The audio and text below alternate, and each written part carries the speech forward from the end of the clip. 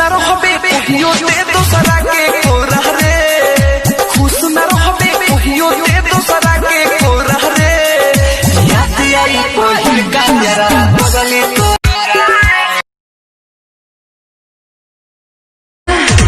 खीरे गजबे के मिलल भतार रोजय अलग तरीका से करेला प्यार, देह तनी सतुई रुस जाला, अरे रुस जाला, अरे रुस जाला। तेरी अदाएं लड़कियों को दीवाना बनाएगी, तेरी जैसी हजार आएगी हजार जाएगी, मेरी वाली तो मेरी मम्मी।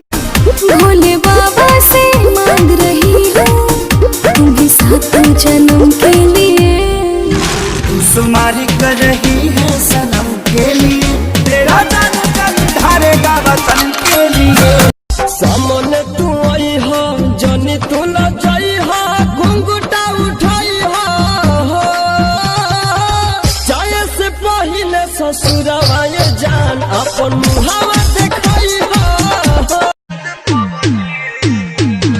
तुहके भूले खातिर लबदी रे, खेली दिन रात पबदी रे, तुहके भूले खातिर लबदी रे, खेली दिन। बाबू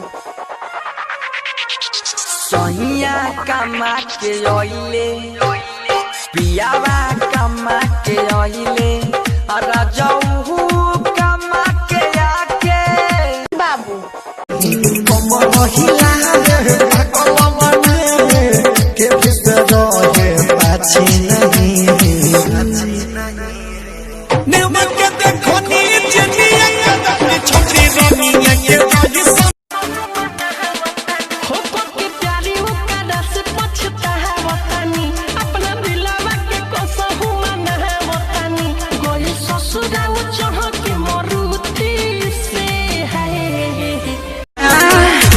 खीरे गजबे के मिलल भतार रोजय अलग तरीका से करेला प्यार, देह तनी सतुई रुस जाला, अरे रुस जाला।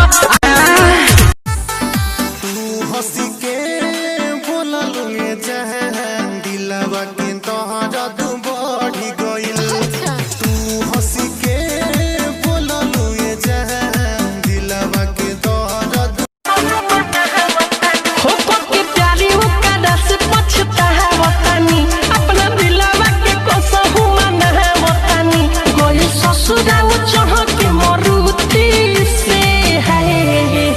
अब बात न करबू खुदी।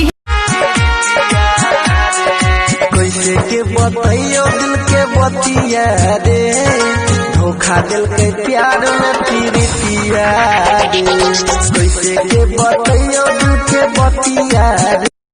नजरी फेरी भोले दानी, कैसे केहू जल लेके आई हो, कैसे केहू जल लेके आई हो, निकली ना घर से कोरोना के। किस्मत से मिलल बाड़ू हमारा जान, तू ही बाड़ू दिल के धड़कन हमारा।